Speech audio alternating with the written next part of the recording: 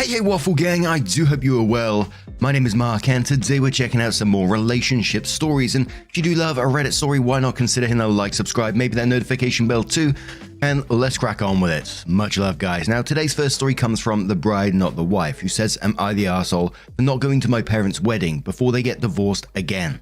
My friends told me to make a Reddit account just for this because this is so weird and no one knows if I'm in the right. So my 26 female parents, both 50, got married when I was 5 and I was the flower girl. Around when I was 10, they got divorced, which no one saw coming because they never fought. I feel like I have to mention my parents are both very wealthy and kept finances separate, so it was an easy divorce and obviously they could pay for it. When I was about 17-ish, they decided to get back together. Me being 17 was overjoyed and was a bridesmaid at their second wedding. I really hope you see where this is going, but they ended up separating again. They didn't tell anyone and didn't get a divorce, but we all knew they were separated, and 3 years later they wanted to renew their vows, in which I was asked to buy a nice dress for the occasion. Surprise, they got divorced again, and only after 3 months after their renewal. After that, I sort of just lived my own life because I wasn't exactly thrilled at whatever they were doing and honestly really over it. So, a few days ago, I got an invite in the mail to my parents' 3rd/4th wedding after 6 years, and so I called my mum about it. She was super excited and told me I was old enough to be a maid of honor and that she wants me to buy a $1,500 dress. That's a solid no from me. I told her I'd be her maid of honor, but I'm either going to wear the original bridesmaid's dress, which is a cream color, or the other nice one I got, which is brown, because I'm not buying a $1,500 dress. She freaked out and told me that that doesn't match the color scheme, pink and green, and that she knows I can afford it. Which is true. I got an inheritance from my grandfather's passing. However, when my fiance and I moved in together, he's made clear he didn't want me to be paying for most things and he wants to do it 50-50. So we got a small apartment that he could afford to pay a share of, and all of my extra money is in savings/college fund because we want a large family of 5 to 7 kids and they are, well, expensive. So I reminded my mum of that and told her that I would also like to use my money on other things that won't be worn and I'll have to buy a new one every 3 to 6 years. My mum called me a spoiled brat and that I'm wasting my privilege. I have no words and that I'm telling her I won't be a part of my own parents' wedding. I told her that I was going to be willing to show up to the wedding and not be the maid of honor, but at this point I'm not showing up at all, and told her to call me when they get their next divorce. I hung up and got a slew of nasty emails from my family throughout the day. My friends are divided on if I made the right call with the premise that they are my parents. Am I the arsehole? Now instantly this is a not the arsehole to me at all, you know. Even if you just didn't want to go to the wedding at all, it's a not the arsehole, but for her asking you to spend that amount of money on a dress when they've been divorced and got married this many times seems insane to me. But what I really want to know is why? What is going on? And I'm really hoping we're going to find out maybe some information, maybe in the comments or the update on this one. But Sentient Hash Brown says, not the arsehole. If they're both well off, why can't they just buy the dress for you? It's their 9th wedding and she wants you as the maid of honor, so it makes sense for her to just get the dress for you. Nitro says not the arsehole 100%. What the fuck? Who marries and divorces the same person multiple times? You are completely in the right not wanting to spend that much money for a one occasion dress when they most likely will divorce again, and you're gonna need the money with so many kids planned. OP responds saying, I'm starting to think it's because no one else wants to get with them. Jellyfish says, not the arsehole, I'm sorry, but once it's the 3rd or 4th time to the same person, it's no longer a special event or moment. That's just a massive display of stupidity. It's totally reasonable that if they're going to do this every 5 years or so, to say that either they really should not be together or that they really want the attention. Though to me, this situation reads as two people who are not compatible, but can't stand not having someone to give them attention. If she lets you go, I recommend a book on divorce as a wedding gift. I think they need it. Cylinder says, sounds like your mother doesn't want a marriage, she just wants the weddings. You sound exhausted by all this divorce and remarriage, and I can't blame you one bit. My sister was the girl who cried wedding. By the time the 4th wedding announcement came, I was happy for her, but I was just so over it. Not the arsehole. OP responded and says, yeah, I am happy for them. It's really, really weird, and I've never seen them fight or be dysfunctional besides the multiple weddings, so it's hard for me to not want them together, if you take all of this wedding BS aside. And one more comment from Obvious Scorpio, who says, "You're better off gambling $1,500 away at Vegas. There's better odds of you winning money than your parents staying together for more than a few months. She can't tell you how to spend your money, or in this case, waste your money." Who are they even kidding? They're wasting everyone's time with this wedding. They should leave everyone out of their sorry relationship and just go to the courthouse. Not the arsehole, these boundaries are healthy. So then OP updates the post and says, "Hi guys, first of all, thank you for all the attention, and some of your comments were absolutely hilarious. My fiance and I had a field day going through all of them. A lot of people suggested just making my mum pay for the dress, but I was debating the suggestion of just being a guest, though a lot of you agreed with me to just not show up. I ended up calling my mum and was going to make a decision with however it went. She started off the conversation that she didn't need me to be a part of the wedding party because her and my dad were having trouble having the best people, aka no one will do it again, lol. So they were going to scratch that part of the wedding and it was all about them anyway. So I told them I was coming as a guest, and after I made plans with my cousin to give me a lift so I wasn't spending a single cent on going to their wedding. Now my fiance and I go over to their house for dinner once a month, so we went over there Saturday. As I mentioned before in a comment or two, my fiance grew up financially insecure, and so I struggled with convincing him to do something nice for himself once in a while. I did, however, just convince him to spend part of our savings to do a really nice honeymoon in Greece, since we are doing a small wedding. It took some pulling of teeth, but he now won't stop getting travel books and researching, and it makes me so happy to see him excited about this. It was a fairly pleasant dinner until my own wedding planning came up. I told him that we were pretty much set with the wedding, but we are having out details on Greece. My mum got visibly upset and excused herself, and my dad followed.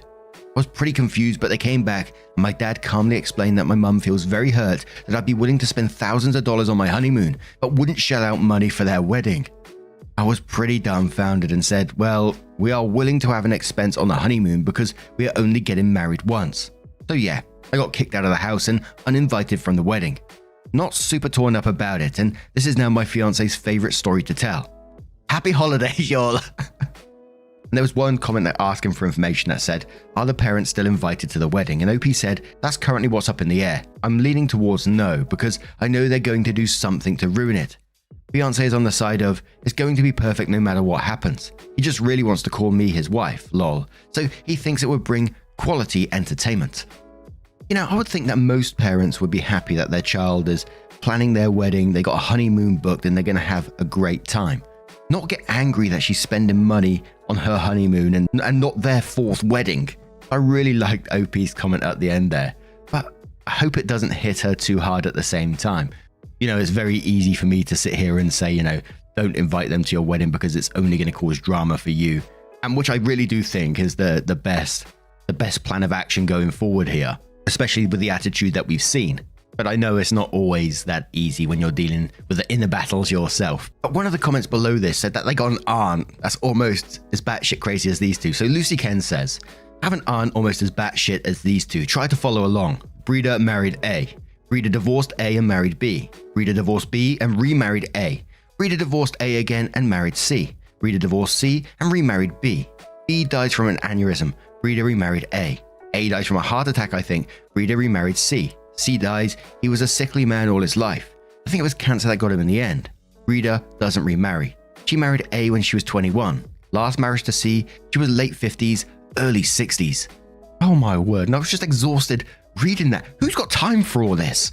I know marriage is just one day, but it's the planning as well, the finances to do with it, dealing with the emotions of it all. Holy moly. Anyway, what do you guys make of this one? Let me know your thoughts down in the comments below, and let's move on to another story. And our next story comes from Virtual Ride 3722 and says, "Am I the arsehole for reporting my best friend to HR because she got our coworker fired for harassment? I think I, 26, just lost my best friend, 27 female, of 5 years over this. So me and my best friend Amy, fake name, have known each other since our college days. I loved her like my sister. She's a huge part in my life. After graduation, we got jobs in the same company. I was ecstatic as I really liked the idea of us being together even after college. So here is the incident. One of our co-workers, 27 male, Steve, likes Amy. He asked her out on a date. He was planning on quitting the company after 2 months as he got a better job opportunity abroad. Amy is currently single and is looking for a relationship. The thing is that Amy started hating Steve as he got the job abroad, to which she had also applied. When Steve asked her out, Amy declined it in a friendly way and told him to not bring that up later. It was going all good until one of my other co-workers told me that Steve had been fired from our company and his job abroad is also at stake as somebody reported him at work for harassment. I was shocked and confused. He was a good guy, like genuinely he was a good guy. Even Amy talked good about him. Later that evening, Amy told me that it was her who reported him to HR for harassment. I asked her what happened. Apparently, he told her that he still likes her. I asked her if he had misbehaved with her. She fucking laughed at my face when I was concerned about her. She then proceeded to tell me that she just didn't like the guy. She hated that he got the job. So when Steve talked to her, she saw it as a chance to lose his new job as she was the next in line to get that job. She then told me that she felt sorry for him as she thought that Steve would only lose his new job, not the one he has in our company. I got furious and shouted at her that I will inform the company and went home. I don't know what to do. If I report her to HR, then Amy's career will be over, but at the same time, I want to help Steve. I just can't look at Amy the same way. Amy's family has been texting and calling me the arsehole. They are furious at me, and I said I'll report it to the HR. I'm feeling betrayed by her. I don't know what made her do this. Am I the arsehole for wanting to report against Amy? Edit. I went to work today and learned that he was not fired, but he was suspended until the HR investigation is done. And they are withdrawing the recommendation the company made for his new job until the investigation is done, which will result in him losing the new job. I'm going to talk to Amy and apologize to her, so I can hear the entire story about what she told to HR. And we do have an update to this post as well, but I think it goes without saying, this absolutely should be reported. It's vile behavior that's going to ruin someone's life. It's not just his jobs as well, is it? Because, information does get around and this is going to follow him everywhere he goes. And she done this all for a job opportunity. There's no way you could look at someone and trust someone who's willing to go to this length to try and get a job. How could you trust someone like that? You just can't. But Snarkism says, not the arsehole, this is foul, vicious, cruel, and hateful behavior. I have a few choice terms for people like this, but all of them will get me banned from this sub, so I will just say that you absolutely need to report this to HR. And if Amy texts you, screenshot that shit and take it to HR as proof. This is the lowest of the low, and she needs to be punished for this. Toph says not the arsehole, but you would be if you didn't report this. Your friend, and I use the term very lightly, used a false SH report to cost this man his job and livelihood, just because she was jealous he got a job opportunity she wanted. Not only could this ruin his career, but his life as well. Distance yourself from this person ASAP and report her immediately. Beginning Iron says not the arsehole, report her now. Imagine if Steve was a friend or family member of yours. False allegations ruin lives. And I agree with other comments, you need to report her at least to cover yourself. She will not hesitate to make up a story that costs you your job, and I'm guessing she knows enough of your secrets to make sure it's believable. Again, not the arsehole, and you're better off without this friend. Jendi says not the arsehole, I'd be questioning your friend's character. She's willing to throw this person's life under the bus just for her own sake. What's to say she won't do it again? How many more innocent people is she willing to sacrifice? Also send a note to HR now before she has the chance to go to them about you first. She already has shown that she is willing to lie to HR to save herself. And one more comment from Exciting Tabletop who says not the arsehole, you need to write down what she said, where she said it, etc. Who, what, where and when. If there's any screenshots, save them. If she's dumb enough to confess to one person, she'll tell others. It will leak and you can either be the one coming clean or getting fired/sued for helping cover it up. Plus, I guarantee if she thinks you're going to HR, she'll want to find something to pin on you. Whoever reports first tends to look the most honest. Do the right and smart thing. Write it all up, give it to HR and Steve. So then OP came in to update the post, which says update. A lot of this happened after this post. I read all the comments and thank you for all your opinions. I decided to do what I felt was essential. I gathered screenshots of the messages Amy and her family had sent me over the past days. Those screenshots were more than enough proof of Amy's intentions. I messaged Steve and asked him what exactly was the situation between him and Amy. He was hesitant to talk to me because he knew Amy and I were close. After talking to Steve, we both realized how fucked up things Amy did, and apparently Amy was fucking bad-mouthing me around the office, her best friend. So Steve told me that Amy was the one who initiated the conversation about his interest towards her the second time. She asked him if he had an interest in her and he agreed. I guess she was scheming it already. I don't know why she would go as far as this. Then she told the HR that Steve harassed her to sleep with him. Amy provided screenshots of the message Steve had sent her when he first asked her out as evidence to HR. Now coming to my problem. I don't think Amy was really my friend. I was just something she wanted as a support system, nothing more. Amy told me that the job to which she and Steve had applied to was only for our company selected candidates, but no, it was not. It was an open position which she knew about from Steve, fucking Steve. She never told me about all these things. She purposely hid these things from me. I didn't confront her because I'm crushed now. I'll definitely confront her though. I'll update about that if I get the chance. The HR gives Steve his recommendation letter back and assured that his new job will not be affected. Amy is suspended for false accusations and for harassing and threatening me via text. Steve is still suspended as the HR discovered that he asked his coworker out. Well, Steve was going to quit the company this week. He'll be joining his new company next month. Good for him, and I guess I just got a new friend. But now I'm going to turn it to you guys. What do you guys make of this situation? Let me know your thoughts down in the comments below, and let's move on to another story. And this next story comes from a throwaway account who says, "Am I the arsehole for selling my father's house, even though his widow lives there? My 33 female father died recently. He'd been married to his widow, Penny, for about 7 years before.